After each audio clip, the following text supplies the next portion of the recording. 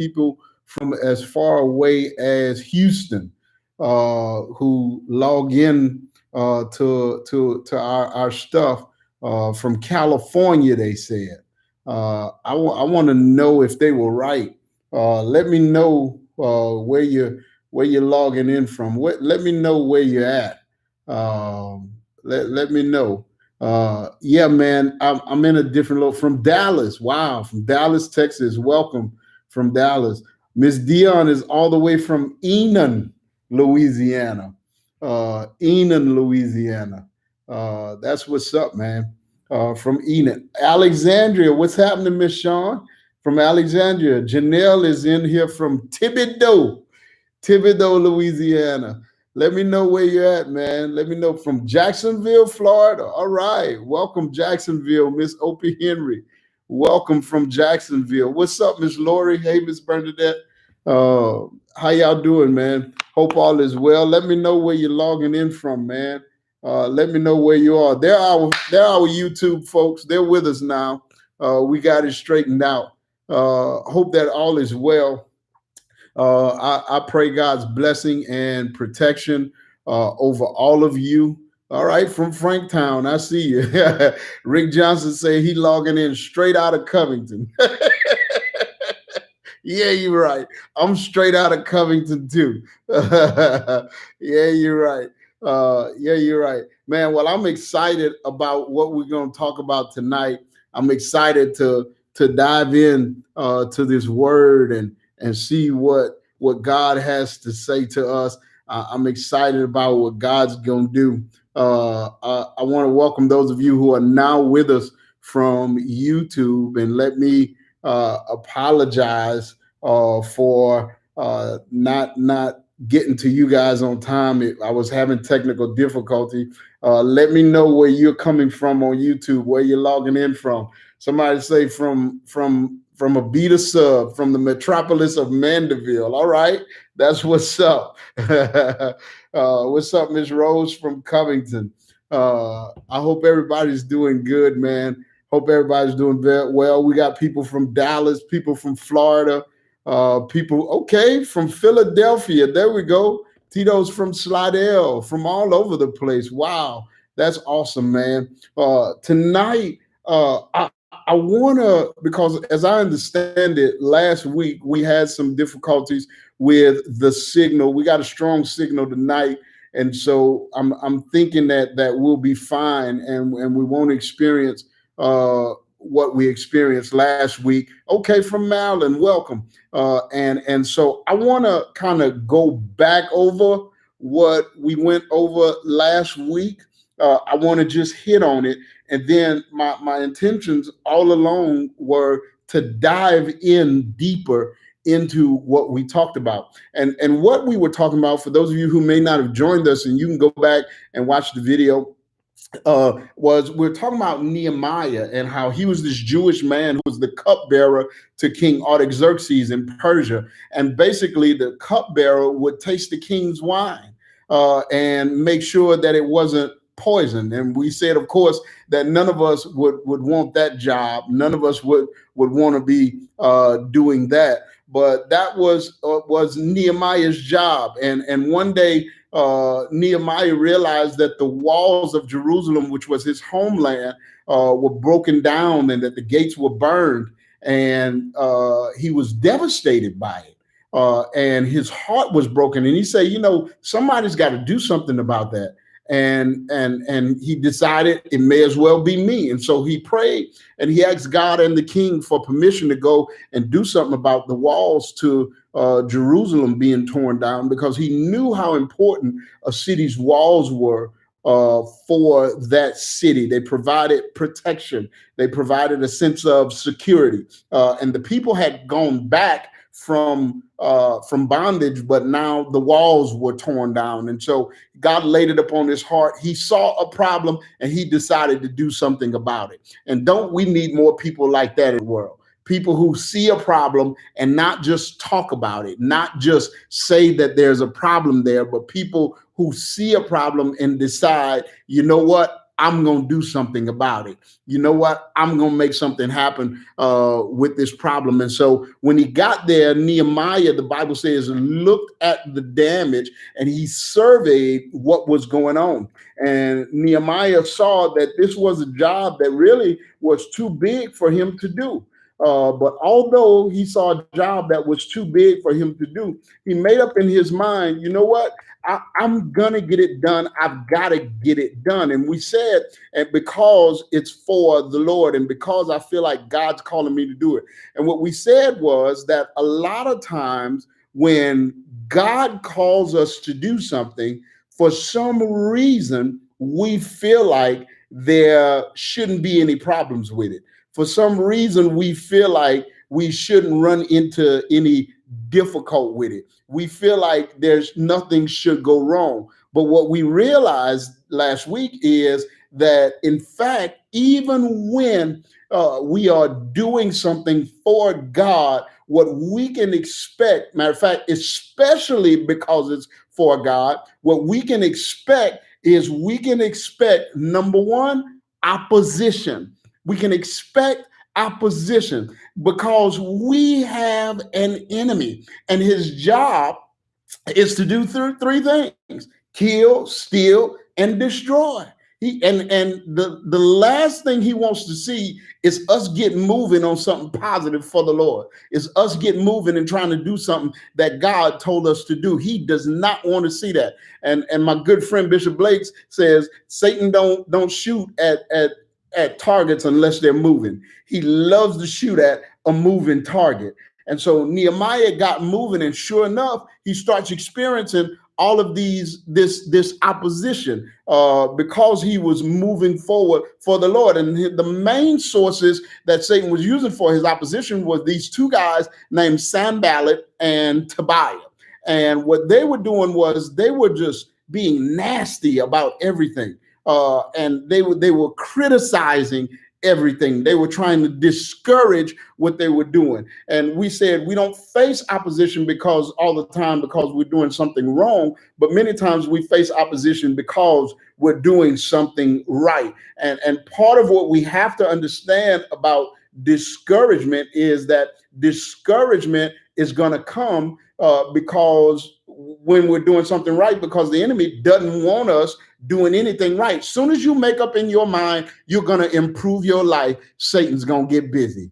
As soon as you make up in your mind that you're going to do something for God, Satan is going to get busy. Nehemiah gets busy building the wall, and the Bible says this in Nehemiah chapter 4, verses 1 through 3. It says, when Sanballat heard that we were building the wall, he was angry and greatly enraged, and he jeered at the Jews. And he said in the presence of his brother and of the army of Samaria, what are these feeble Jews doing? Will they restore it for themselves? Will they sacrifice? Will they finish up in a day? Will they revive the stones out of heaps of rubbish and burned ones at that? Tobiah the Ammonite was beside him, and he said, yes, what are they building? And then he starts to mock them. He says, if a fox goes up on that wall, he will break down their stone wall. We said that we're going to face discouragement, or we're going to face opposition from the outside with, get this, criticism. And what we said about criticism is we said that critics are specialized in doing nothing and yet criticizing what you're doing. Critics specialize in trying to stand on the sidelines and discourage you. They specialize in it. And what we have to do is we have to make up in our minds that the best way to silence our critics is by becoming successful at what we're doing. You want to silence your critics? I dare you to finish what you started. If you want to silence your critics, I dare you to do what you set out to do. If you want, you can't silence, and this is what many of us try to do. We try to silence our critics by arguing with them. And that's exactly what they want. Because as long as you're arguing with your critic, you're not doing the job that you're set out to do. As long as you're not arguing with your critic, you're out of character. You're not being the person that God wants you to be. And so what you do is you do what Nehemiah did. You ignore them and keep doing what you set out to do. You ignore them and keep your mind focused on what God told you to do. You ignore them and you just get back to work doing what it is that you set out to do. Did you know, and we said this, the only reason why some of your enemies mess with you is because you pay attention. I'm gonna say that again. The only reason why some of your enemies, some of your critics mess with you is because you pay attention. That's the only reason why. They want to be a distraction, and the fact that they're trying to be a distraction is working. And because it's working, they keep doing it. So the question becomes not why are they doing it, but why are you allowing it to work? You have to expect criticism. You have to expect to go through some stuff. You have to expect to deal with some stuff when you're doing something that God told you to do, when you're doing a good work, when you're doing something positive. You have to expect it. Expect failure. And when you fail, the critics are going to criticize and they're going to say, I told you so. Expect difficulty, and when you experience difficulty, the critics are going to criticize and say, I told you so. Expect disappointment, and when you are disappointed, they're going to come along, and they when you're hurt, they're going to come along and say, see, I told you shouldn't have been doing that. See, that's why I told you shouldn't have even tried that. That's why I told you shouldn't even put your hand to that. That's why I told you shouldn't forgive them. That's why I told you shouldn't have did this. You got to expect that. You have to expect criticism. Now watch this. Sanballat was one of the ruling people from the area in around Jerusalem, but he wasn't Jewish. And yet he was benefiting financially. When you study this, he was benefiting financially from the fact that the wall wasn't there. So when Nehemiah comes along and he starts building this wall, Sanballat doesn't like it. And the reason why he doesn't like it is because it threatens, get it, Sanballat's exploitation of a bad situation. And you have a lot of people who love the exploitation of bad situations. They love to exploit bad situations. And so when Nehemiah comes and he starts rebuilding this wall, Sanballat gets real slick. And what he does is he doesn't come right out with the criticism. But no. What he does is his criticism comes in the form of, get this, it comes in the form of questioning.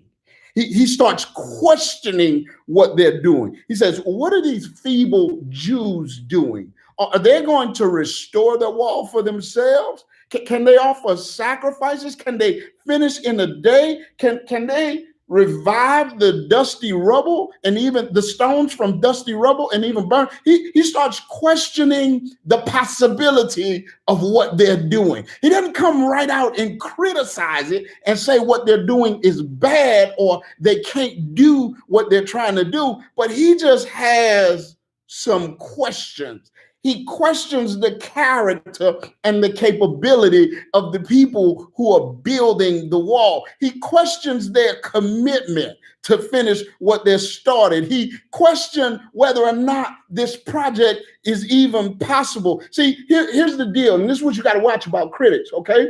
Some of his questions were valid. Why? Because when you read the text, it was true that they were not skilled workers. The people who were working on this wall were not people who were in construction. They weren't even the most committed bunch of people. Actually, they got frustrated and walked off the job at one point. So you wouldn't say that they were even the most faithful bunch of people. And then, watch this, there were some sections of the wall that couldn't be rebuilt. There were some sections of the wall that couldn't be rebuilt. So some of his questions were valid. And here's what you got to know. Sometimes your critics are right about what they're saying, but their motive is wrong. Get it? What they're saying is right, but what their motive is wrong. And don't you just hate it, because I know I do, when somebody comes along who doesn't mean you any good,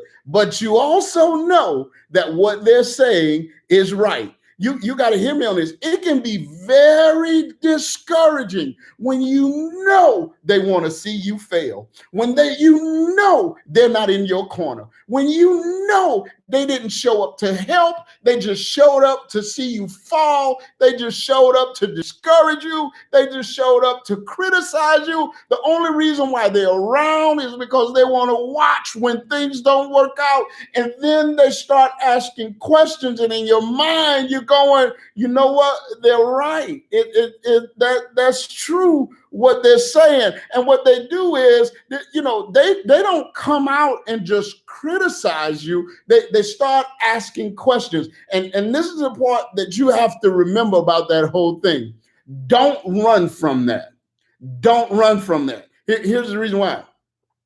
Because a lot of times your critics will use what you don't know about what you're trying to do to discourage you from doing it. And they don't come right out and criticize you. They just ask you a lot of how questions. Do you really think that's possible? Do you have what it takes to get this goal accomplished? Do you have the training that's necessary? How you gonna handle it when this happens? How you gonna handle it when that happens? How you gonna manage what you have and try to do that in addition to what you already have? They'll ask you stuff like, what's gonna happen when this happens? What's gonna happen when that happens? And pretty much what they're saying is, don't even try it. What they're saying is, you can't do it, because but here's what you have to realize. What you have to realize is, and what you have to learn to do is, you have to learn to chew the meat of criticism and spit out the bones. You got to learn to pick up what you can pick up from their criticism, and what doesn't apply, get rid of it. You got to learn to get rid of the intention and yet keep what's helpful to you. Because watch this. Truth is truth no matter what the source is. No, and watch this. Sometimes what God can do, if your mind is right about it, God can use what your critics are trying to do to harm you to build you. In other words, they could point out stuff for you that you hadn't even thought about. They can point out stuff for you that you hadn't even focused on. And you say, you know what? That's right. But what you got to learn to do is not allow it to discourage you, but instead allow it to encourage you to get better. And what you have to learn to do is, when it comes to what God's laid on your heart, always remember this. When it comes to what God has laid on your heart, remember this. You're not doing it because you're qualified. You're not doing it because you know everything about it. You're not doing it because you have the right characteristics. You're not even doing it because you're the best person for it. The reason why we chase God-sized dreams is for one reason and one reason only: because God told us to, and because God told us to do it. Y'all got to forgive me. I'm getting excited because I think about myself, and I think about all of the people who told me, Nathan, ain't no way in the world you ought to be preaching the word. Ain't no way in the world you ought to be pastoring no church. There's no way in the world you ought to be teaching the word. Nathan, you got too much of a past, dude. I know you from back in the day. I remember you, bruh.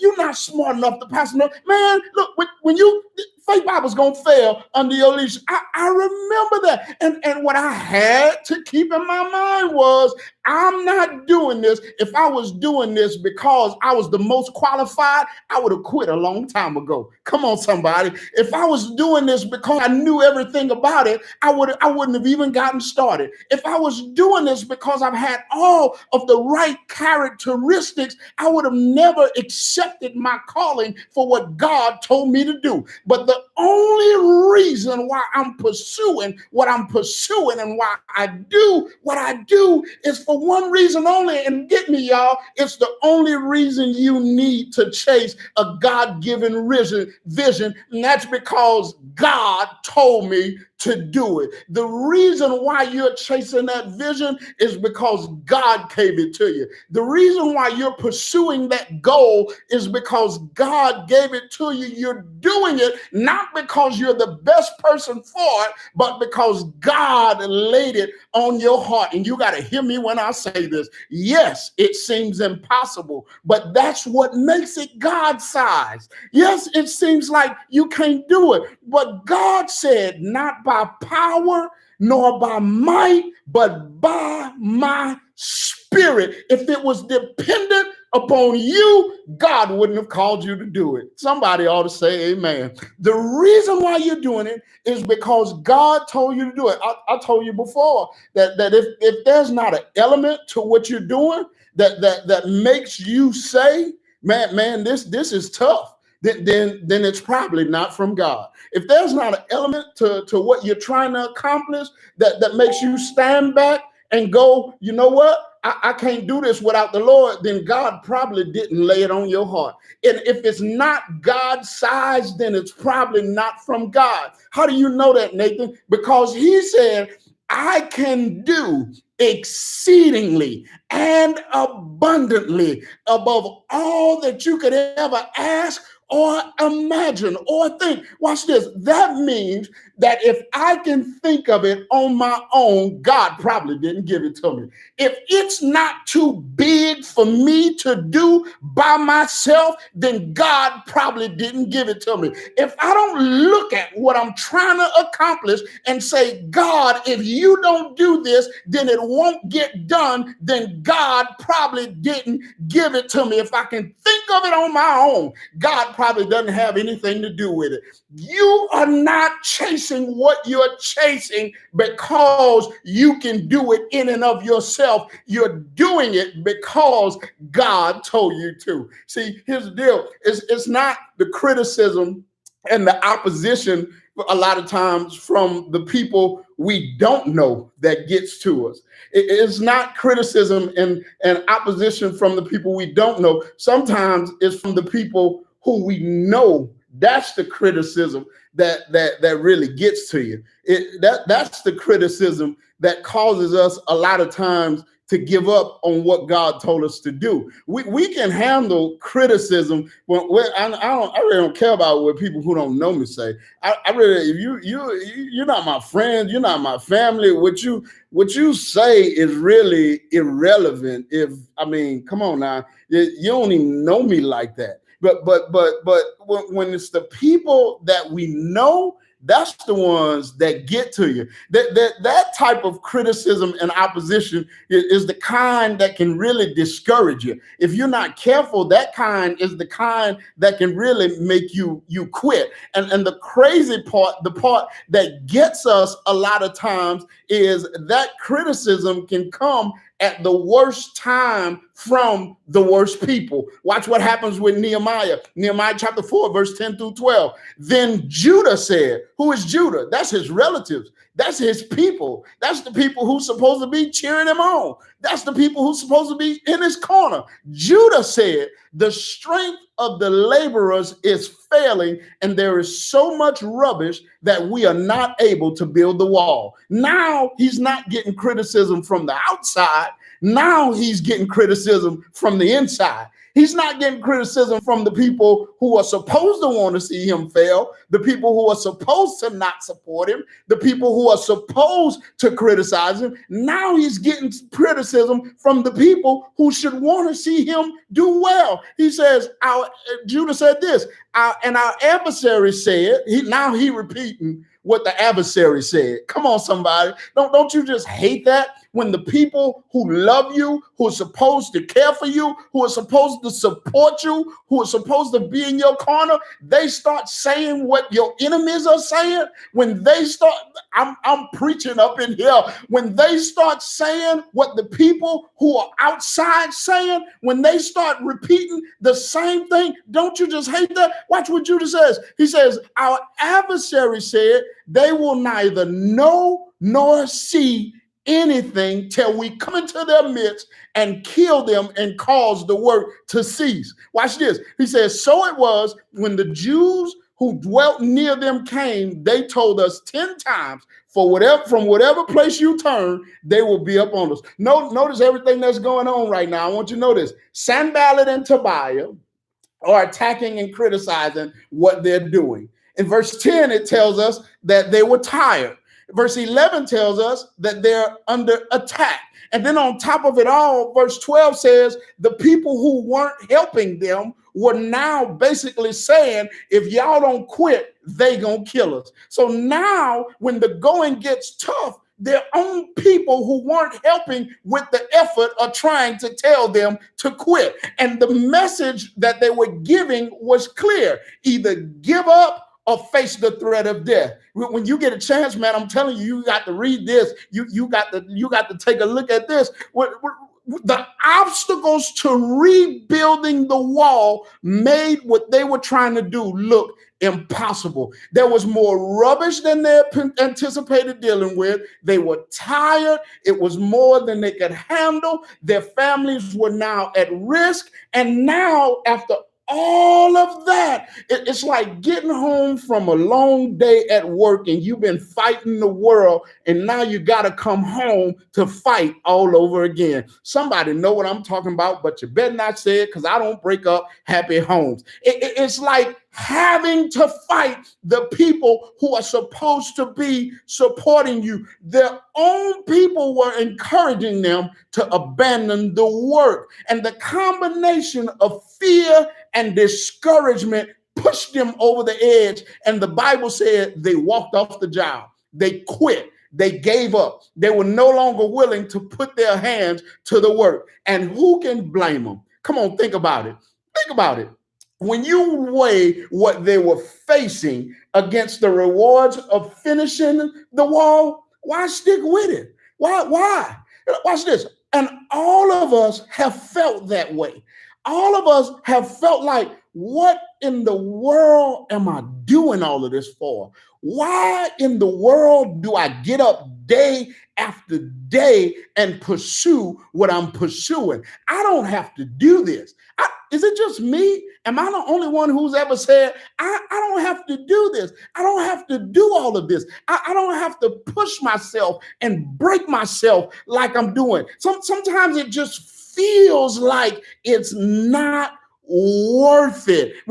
Especially when people who are supposed to encourage you are the ones who oppose you when you're only chasing what God told you to do. Especially when life gets hectic. Listen to me. When you catch a vision to better yourself, to do better for yourself, don't you be surprised when the people who are closest to you are the ones who refuse to help you with it. Come on, somebody. Don't be surprised when the people who are supposed to be in your corner start trying to convince you to quit when life gets hectic. Don't be surprised. Don't you get bent out of shape when the very people who are supposed to be encouraging you when the going gets tough are the same ones who are telling you, if I was you, I'd go ahead and quit. If I was you, I wouldn't be doing all that anyway. You better than me. And by the way, when somebody tells you you better than them, that's a sarcastic way of saying you crazy. That's a sarcastic way of saying you stupid. But at the same time, you know why they do it a lot of times? Let me tell you something about critics. Listen, let me tell you something about critics. The reason why the people who are closest to you do that kind of stuff is because I want you to get this. Sometimes what you're doing reminds them of what they're not doing. Sometimes your vision reminds them of the fact that they don't have one. Come on, somebody. Sometimes what it does is it reminds them of what they could and should be doing. So watch this. Now, the only thing they know to do is criticize. I'll never forget, those of you who are incoming and have been incoming to know where our building is, you know that we built this building under the auspices and leadership of my father right after Katrina. I think it was in 2007, because Katrina came through and destroyed the building that we were in at the time. The building was like, I don't know how old that building was, but it was old. And Katrina came through and destroyed it. So my dad, being the leader, being the visionary that he is, he wanted to have the building built by the time summer camp started. Now, I want you to keep something in mind. We don't have any money. And because we don't have any money, what Dad did was God laid on his heart to get volunteers to help us build this building. But not only did God lay on his heart to get volunteers to help us build this building, God also laid on his heart that he wanted him to get it done by the time camp started. So I want you to get this. This gave us 77 days to build a 12,000 square foot building from start to finish. I mean, pour the slab, erect everything, run all of the wires, the sheetrock, the paint, the doors, the finishing touches, everything. We had to get it done in 77 days. And I'll never forget that I was on staff while we were doing it. And man, we worked like dogs, and we had volunteers coming in from all over the country, and they would come in and they would stay for a week. And when they left, another phase would be done. And man, we were working like dogs. And two friends of my dad who were contractors stopped by in the middle of it. And I'm there and I'm tired because we've been working like crazy. And they started looking around, and I'll never forget the conversation that we had. And Dad wasn't there at the time, but they started looking around, and they straight up told me, y'all not gonna get this done. Y'all, this ain't happening. Yeah, there's no way that y'all gonna get this building done by the time summer camp starts. Y'all, first of all, where's this and where's that? Second of all, y'all not contractors. Third of all, y'all don't even know that the people who are doing what they're doing are doing it like they're supposed to be doing it. Y'all don't have any construction experience. Y'all never done anything like this before. And can I tell you? And they just sat there and they picked and they picked and they picked and they picked. And can I tell y'all something? Your pastor got mad. I got downright. I mean, I was. They say hotter than a 6-shooter. I was mad. All right. I was hot. I was 38 hot. I'm ready to fight, to be honest with you. God ain't have nothing to do with what I wanted to do to these two fellas. And here's the reason why I got mad. The reason why I got mad is because I'm sitting here going, y'all are supposed to be my father's friends. And if you're really his friends, instead of trying to create doubt, you would be trying to help us get it done, or at least trying to help us figure out how to get it done. Wow, okay, call me crazy, but while you call me crazy, Help me figure out how to get what I'm trying to get done. If you see, especially that you don't think I'm doing it right, if your goal was really to help me, if you were really my friend, you wouldn't stand on the sidelines, come on somebody, and criticize what I'm doing. You would jump in here and help me get it done. You wouldn't stand on the sidelines and pick at what I'm trying to do and tell me why it's going to fail. You would jump in there and say, boy, you crazy, but let me see if I can help you make this happen. I don't mind criticism. I'm all right with criticism as long as you're trying to help me, as long as you're getting involved. But something that I cannot stand is a sideline critic. I went and told my dad what they said, and he said, you know what that means, huh? I said, what's that mean? He said, we got to get it done. He said, I don't care if we don't get no sleep between now and when it's finished, we got to get it done. He said, I don't care if we fall out at the end of it and we got to sleep for an entire month. We have to get it done. And we set our minds to the job, and God kicked in. We talked to God about it. And not only did God give us everything that we needed, we got it done, and we got it done early. Listen to me. Don't allow the critics to discourage you from doing what God told you to do. Sometimes the reason why critics criticize is because they'll never understand what God told you to do, because God didn't tell them to do it. He told you to do it. And he's not going to give them understanding for a vision that he gave you. And then sometimes people have no vision for their own life, and so now they feel threatened by those who are trying to do something with themselves. You see, here's the deal. Remember this. I want you to remember this. A faithful person will always be intimidating to a person who doesn't have any faith. I'm going to say that again. A faith-filled person will always be intimidating to a person who doesn't have any faith. You take a faithless person and they're going to always be critical of a person who's filled with faith. Why? Because when people are missing something in their life and they're insecure about what they're missing, their natural reaction will always be to criticize you for what they don't have. Did you hear what I just said? They criticize you for having what they wish they had. See, sometimes the right stuff in your life forces people to take a painful look at where they are as opposed to where they're supposed to be. When people see you doing something that they know they should be doing, but they don't want to do it, they criticize what you're doing, not because you're doing something wrong, but because they're insecure about the fact that they're not doing it. And your life is highlighting what they're missing in their life and what they know they need to be doing. Watch this. I'm going to be messy. That's why spouses who are not saved are sometimes critical of spouses who are saved. That's why people who don't give get mad when pastor talks about giving. That's why people who don't forgive get mad when they see people demonstrate forgiveness.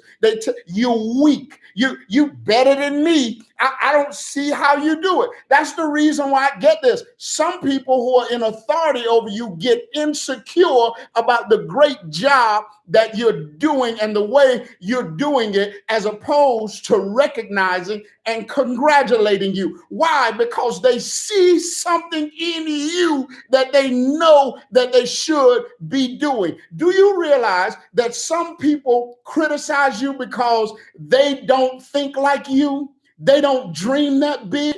They know you're smarter than them. That's what the insecure person does. What they do is they open fire. They open fire. What are they trying to do, Pastor? They're trying to bring you back down to their level. Here's another reason why people can be so critical. It's called dirty lenses, and I'm going after this. I know we've been here too long. Will y'all bear with me for a few more minutes? Will y'all give me a few more minutes?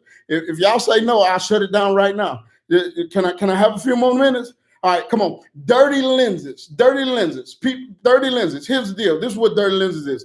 Not only are you gonna get accused of the very thing that you're trying not to do. Here's the other thing. A lot of times you'll get accused of what your accusers are guilty of. A lot of times you will get accused of what your accusers are guilty of. Watch Sanballat. Watch Sanballat. Sanballat was power hungry. He was power hungry. And the reason why Sanballat was so mad about what Nehemiah was doing was not because Nehemiah was doing something wrong, but because Sanballat was viewing Nehemiah through the lens of his own character.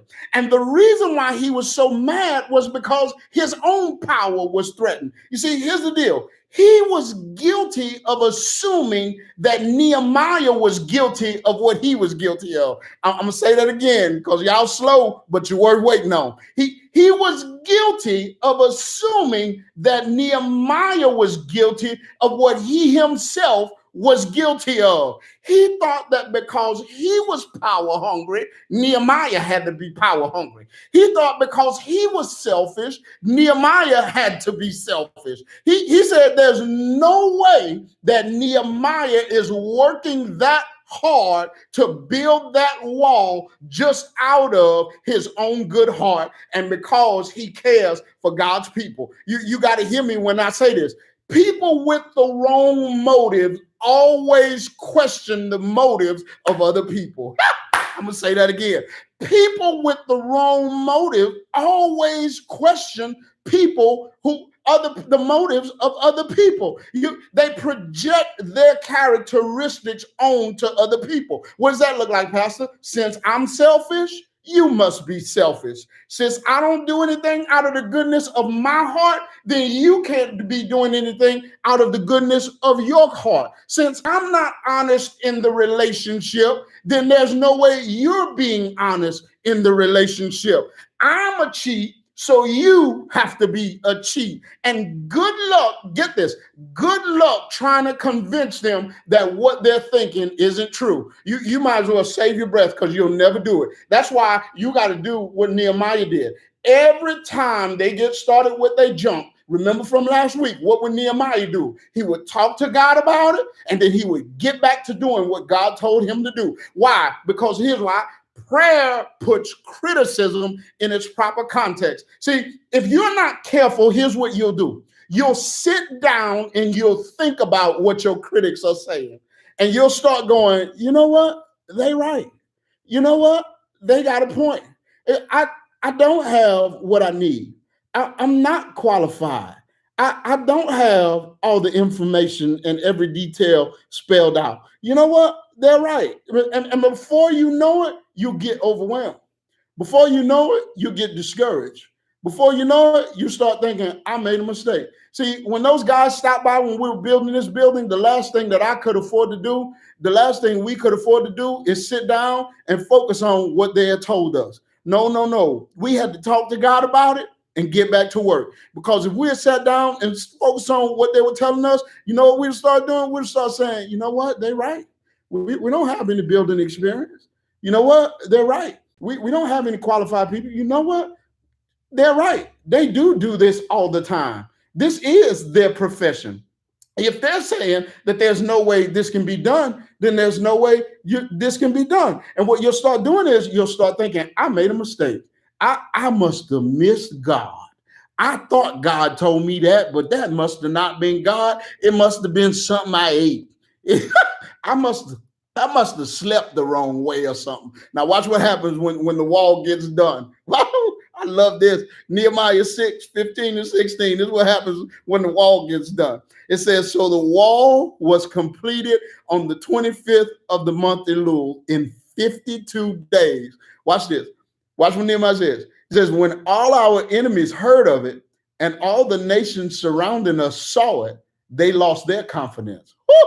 For they recognized that this work has been accomplished with the help of our God. You got to love that. The same people who were criticizing them, all of a sudden they weren't so confident. Why? Because not because of Nehemiah, but because they realized that God was involved with what Nehemiah and the people were trying to do. You got to hear me. Nothing silences a critic like God bringing a vision to completion. If God is the source of your vision, if he's the source of what you're trying to do, I'm telling you, the day will come when even your harshest critics gonna have a difficult time explaining what God has done through you. You know when that day come, when all of a sudden they stop criticizing, I'm gonna be messy, and start asking you for advice. When all of a sudden they stop putting you down and start asking you, how did you do that? And they don't understand it when you say, it's the Lord. They don't understand it when you say, I really can't explain it. They don't understand it when you say, I just got favor. They don't understand it when you say, it's just what God is doing. I don't know why he picked me. I don't know why he's doing what he's doing. All I know is God laid it on my heart, and out of my desire to be obedient to him, I just started chasing what he told me to chase. And when I knew anything, God had brought it to fruition. And you ought to stand back and say, look at God. Listen, when you measure what other people say against who God is, when you hold it up to his omniscience, when you hold it up to his power, to his capability, all of a sudden, you know what happens? Your anxiety decreases. Your passion for what God called you to do comes back.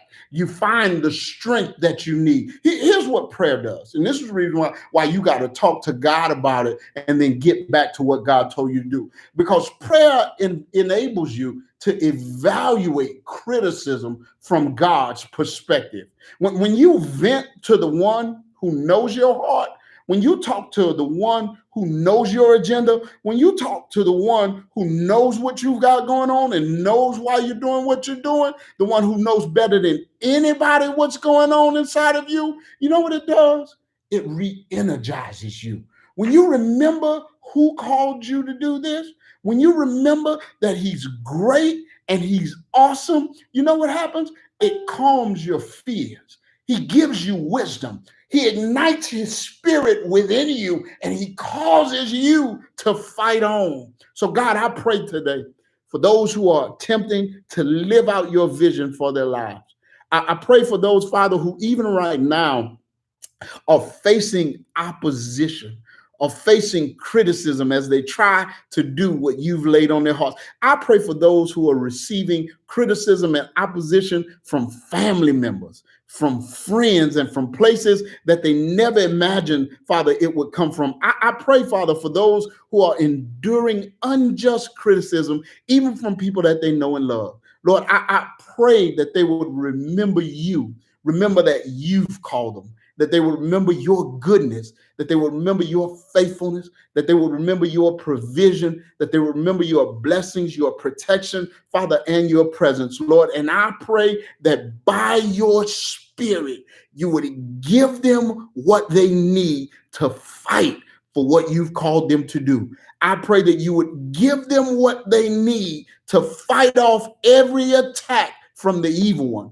I pray, Father, for every person who's facing an obstacle that's too big for them to conquer. Give them your spirit, Father, to conquer it. Give them, Father, supernatural strength to stay the course, Lord, and the ability from you to not grow weary. And Father, when you bring what you've called us to do to completion, we'll declare that all glory belongs to you, all honor belongs to you, all power is yours.